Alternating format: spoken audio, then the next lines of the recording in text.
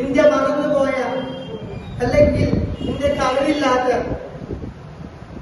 ഇന്ത്യക്ക് അറിയാത്ത കുറെ ത്യാഗങ്ങളും കുറെ മുസ്ലിമീങ്ങളും കുറെ ഉലമാക്കളുടെ പേരുകൾ നാം ഒന്ന് ഓർക്കേണ്ടതുണ്ട്. സ്കൂൾ പാഠഭാഗത്ത് ഫ്രീഡം ഫൈറ്റേഴ്സ് എന്ന തലക്കെട്ടിന് താഴെ ധാരാളം ആളുകളുടെ പേരുകൾ പറയുമ്പോഴും, ധാരാളം പോരാളികളുടെ പേരുകൾ പറയുമ്പോഴും, ധാരാളം ത്യാഗങ്ങളുടെ കഥകളുടെ പേരുകൾ പറയുമ്പോഴും നാം പറയാൻ മറന്നുപോയ കുറെ പേരുകളുണ്ട്.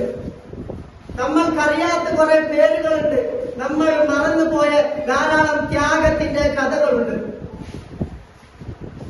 എന്നാൽ ബഹുമാനികളെ, ഖാസിം നാനൂത്തവി റഹ്മത്തുള്ളാഹി അലൈഹി പോലെ, റഷീദ് അഹമ്മദ് ഗംഗോയി റഹ്മത്തുള്ളാഹിയെ പോലെ, മഹ്മൂദ് നാസർ റഹ്മത്തുള്ളാഹിയെ പോലെ, ഷഹീദ് റഹ്മത്തുള്ളാഹി അലൈഹിയെ പോലെ, ബഹാദൂർ ഷാ റഹ്മത്തുള്ളാഹി അലൈഹിയെ പോലെ ധാരാളം ഉലമാക്കളുടെയും മുസ്ലിമീങ്ങളുടെയും പോരാളികളുടെയും കാരണം കൊണ്ട് തന്നെയാണ് നമ്മൾക്ക് ഈ സ്വാതന്ത്ര്യം ലഭിച്ചിട്ടുള്ളത്. 1857 ആദ്യമായിട്ട് ഇന്ത്യയുടെ ഈ സ്വാതന്ത്ര്യത്തിന്റെ സമരം തുടങ്ങുമ്പോൾ നമ്മൾ കുട്ടികളോട് ചോദിക്കുമ്പോൾ, അല്ലെങ്കിൽ സാധാരണയായി ചോദിക്കുമ്പോൾ, ജനങ്ങൾക്ക് പറയാനുള്ള ആകെ ഒരു പേരെ നമ്മൾക്ക് ഉണ്ടാവുകയുള്ളൂ.